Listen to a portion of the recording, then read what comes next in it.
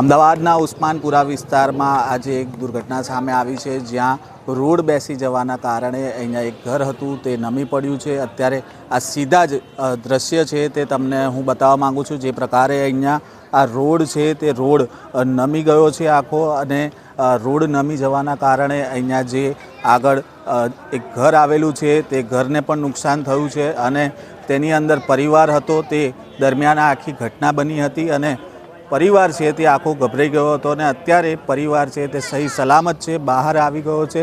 अने आ दुर्घटनाने लईने फायर ब्रिगेडना जवानो छे ते पण स्थळ उपर आवी गया छे, अने जे बचावनी कामगीरी है ते पण करी लेवामां आवी छे। परंतु जे आ घटना बनी है तेने लईने परिवारजन है ते क्यांक ने क्यांक आ घटनामां एएमसी तंत्रनो वांक है ते मानी रह्या छे, कारण के तेमनुं कहेवुं छे के अनेक वखत તેમણે રજૂઆત કરી છે તંત્રને આ રોડ બેસી જવા અંગેની, પરંતુ તંત્ર દ્વારા હજી સુધી કોઈ ધ્યાન આપવામાં ન આવ્યું અને ત્યારબાદ આ દુર્ઘટના બની। પહેલાં તો આ પરિવારજન શું કહી રહ્યા છે તે આપ સાંભળો।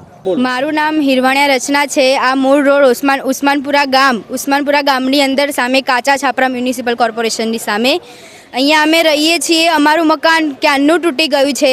બનાવ માટે કમ્પ્લેન ગમે તેટલી કરીએ ને પણ કોઈ મ્યુનિસિપાલિટીવાળા આવતા છે નહીં। એમ કહે છે કે આ રોડ અમારા પર લાગુ પડતો નથી। કેટલીક વખત વરસાદનું પાણી છે આટલે સુધી ભરાઈ જાય તો બી અમે કમ્પ્લેનો કરીએ તો કોઈ એમ કહે છે કે ના એ અમારામાં નથી આવતું। ઘણી મુશ્કેલીઓ અમે વેઠીએ છીએ પણ કોઈ કમ્પ્લેન લેતું જ નથી, અમારી જોવા પણ નથી આવતું કે અમે લોકો કેવી હાલતમાં છીએ। આજ અત્યારે આ વસ્તુ થઈ, અમે લોકો છેક અંદર જ હતા, ક્યાંક હા ના વાગ્યું કર્યો તો બી એ લોકોને અમે કમ્પ્લેન કરી બોલાયા હતા કે તમે અત્યારે આવો, તોય કોઈ બચાવવા માટે બી નથી આવ્યું અમને લોકોને। સવારથી કમ્પ્લેન કરી કેટલા વાગ્યા ઘટના એક્ઝેક્ટ 11 વાગે આ ઘટના બની। સવારથી મકાન નીચું જતું જાય છે, અંદર તિરાડો હતી એના કરતાં વધારે તિરાડ બની। એના પછી રોડ સવારે 5 વાગે આખો નીચે બેસી ગયો પહેલાં, પછી ધીમે ધીમે નીચું જવા મળ્યું તો 11 વાગે એક્ઝેક્ટ 11 વાગે બધું અંદર ગયું। અચ્છા, પડ્યું દરમિયાન કોણ કોણ અંદર હતું? હું આ પડ્યું દરમિયાન હું, મારા મમ્મી, બધા અમારા જે પરિવારના 4 જણ ને એક મારા મામાની છોકરી, અમે 5 જણ અંદર જ હતા। અને કોઈને ઈજા થઈ કે એવું કંઈ? મને સ્લાઇડ પગમાં છોલાયું છે, બીજું કશું નથી થયું, વાગ્યું નથી એના તમારા જે ચૂંટાયેલા પ્રતિનિધિ એમને તમે ધ્યાન દોર્યું હોય કે એવું કંઈ? કોઈ કોર્પોરેશન અમે વારે ઘડીએ કમ્પ્લેન કરીએ જ છીએ કોર્પોરેશનમાં, પણ કોઈ એનો ઉકેલ આવતો જ નથી। સાહેબ, આ રોડનું જેને કામ કર્યું છે સરકારે, એમને મેં 10 વાર કમ્પ્લેન કરી છે એ લોકોને કે ભાઈ આ રોડ બેસતો જાય છે, રોડ બેસતો જાય છે। અમે કમ્પ્લેન કરીએ સ્ટેડિયમ વોર્ડ, અમારે આવો ઉસ્માનપુરા ગામ સ્ટેડિયમ વોર્ડ આવતો, એ લોકો એવું કહે છે કે ભાઈ અમારામાં નહીં આવતું। જાણે અમે કમ્પ્લેન કરીએ ત્યાં એક જ વસ્તુ કે અમારામાં આવતું નહીં, એના રોડ ફાટતો તો અમે કહેવરાયું તો કે અમારામાં આવતું નથી, એ લોકો એવું કીધું। ધીમે ધીમે 10 સાડા 10 થયા, ત્યાં રોડ ધીમે 1.5-2 મહિનાથી આ ચિરારો પડેલી છે। મેં આની કમ્પ્લેન મ્યુનિસિપાલિટી સાહેબને બોલાવીને બતાવ્યું તો કે અમારામાં આવતું નથી, એવું લોકોએ કીધું। આ બધું કે તમારે જાતે કરવું પડે, ઘરની ચિરાર વિરાર પડે નહીં કે। પછી મેં કીધું આ રોડમાં મોટા બમ્પર જાય છે, અમને અહીંયા બમ્પ બની આલો। છેલ્લા 2 વર્ષથી મેં અહીંયા બમ્પની અરજીઓ નાખેલી તો કે અહીંયા તમારે બમ્પ બને નહીં, બરાબર। આ ઘટના 10:55 ઘટના બની। ધીમે રોડ બેસતો હતો, સાંભળ્યું? અમે બધા છોકરાઓ, નાના છોકરા બધા ઘરમાં હતા, અને બધા ઘર પાછળ છોકરાઓ રમતા હતા, અને એકદમ જ ધીમે પારી બેસવા મળી, અને આખું ઘર એકદમ જ બેસી ગયું।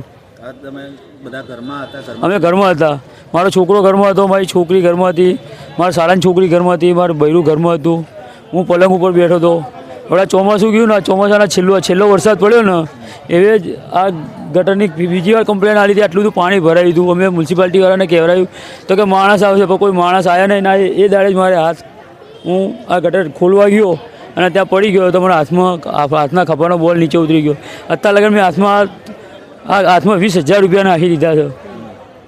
આજે ઘરમાં શું નુકસાન? ઘરમાં નુકસાન, આખું ઘરની દિવાલો બધી ફાટી ગઈ છે। આ ઘરનો સામગ્રી વસ્તુ બધી આની અંદર જતી રહી છે। તમે શું કોર્પોરેશનને શું કહેવા માંગો? કોર્પોરેશનને શું કહેવા માંગે? આ લોકોને જેટલી વાર કમ્પ્લેન કરીએ કોઈ કામ માટે જ નહીં આવતું, બધા એક જ એમ જ કહે છે કે તમે આની પર કમ્પ્લેન કરો, માણસ આવશે, પણ કોઈ માણસ આવતા જ નહીં। આ તો બધા વેઠ ઉતારે છે આ લોકો। આ તૂટ્યું દરમિયાન કોઈને ઈજા થઈ હોય? કોઈ ઈજા નહીં, થોડું ઘણું છોલ આવ્યું છે, છોકરીને પગમાં વાગ્યું છે, બેબીને થોડું નોર્મલ વાગ્યું છે બેબીને।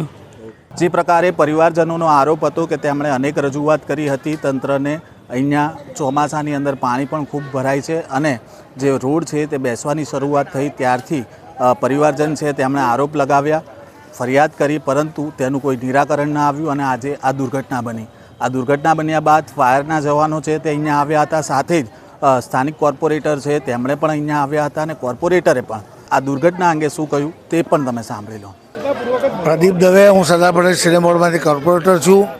હમણાં મને મેસેજ મળ્યા કે ઉસ્માનપુરા ગામ તળ વિસ્તારમાં એક જગ્યાએ નાળું દબાઈ ગયું છે અને ત્યાં સેટલમેન્ટ થયું છે. મેં આવીને જગ્યા જોતાં આ જગ્યા 1960 પહેલાંનું આર્ચવાળું નાળું છે, 2.5 બાય 2.5નું, અહીંયા આગળ વર્ષો જૂનું.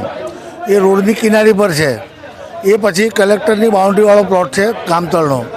આ બાંધકામ છે ગામતળના પ્લોટમાં થયેલા છે અને જે ટીપી રસ્તા ઉપર જે નાળું આવે છે 2.5 બાય 2.5 મીટરનું, તેનું સેટલમેન્ટ થવાથી આ ઘટના બની છે. પ્રદીપભાઈ, જે ઇજાગ્રસ્ત થયા છે, જેમનું મકાન છે, એમના આરોપ એવા છે કે વારંવાર અમે કોર્પોરેશનના અંદર રજૂઆત કરી અમારા ચૂંટાયેલા પ્રતિનિધિને, તેમ છતાં તેનું કોઈ નિરાકરણ નથી આવતું. ત્યારબાદ આ ઘટના હજુ આ વસ્તુ એવી નથી, કોઈ નિરાકરણવાળી વાત નથી. આ વર્ષો જૂનું નાળું છે અને હમણાં જ થોડાક ટાઈમ પહેલાં એને નાની મોટી મરામત કરી અને ત્યાં હમણાં રોડ નવો બનેલો છે. એટલે એવું નથી કે વર્ષો જૂનું, પણ અમુક સમય જતાં આટલું જૂનું નાળું હોય, નીચેના ભાગેથી ક્યાંક નાનું મોટું સેટલમેન્ટ થયું, એનાથી આ બનાવ બન્યો છે. આ કોઈ રોજબરોજની ફરિયાદ અંગેનું આ કોઈ વસ્તુ નથી. જો કે કોર્પોરેટરનું કહેવું છે કે અહીંયા જે નાળું છે તેની ઉપર આ ઘર આવેલું હતું અને અહીંયા જે પ્રકારે પરિવારજનો કહી રહ્યા છે તે પ્રકારનો કોઈ મામલો નથી, અહીંયા કોઈ પ્રકારની ફરિયાદ ન હોવાનું તેમણે જણાવ્યું અને સાથે જ જે આ દુર્ઘટના બની છે તેને લઈને અત્યારે તંત્ર કામે લાગ્યું હોવાની પણ વાત કોર્પોરેટર દ્વારા કરવામાં આવી છે. આ જ પ્રકારના સમાચારો સાથે ફરી મળીશું, ત્યાં સુધી નવજીવન ન્યૂઝ સાથે જોડાયેલા રહેજો. વૈષ્ણવજન તો તેને કહીએ જે પીડ પરા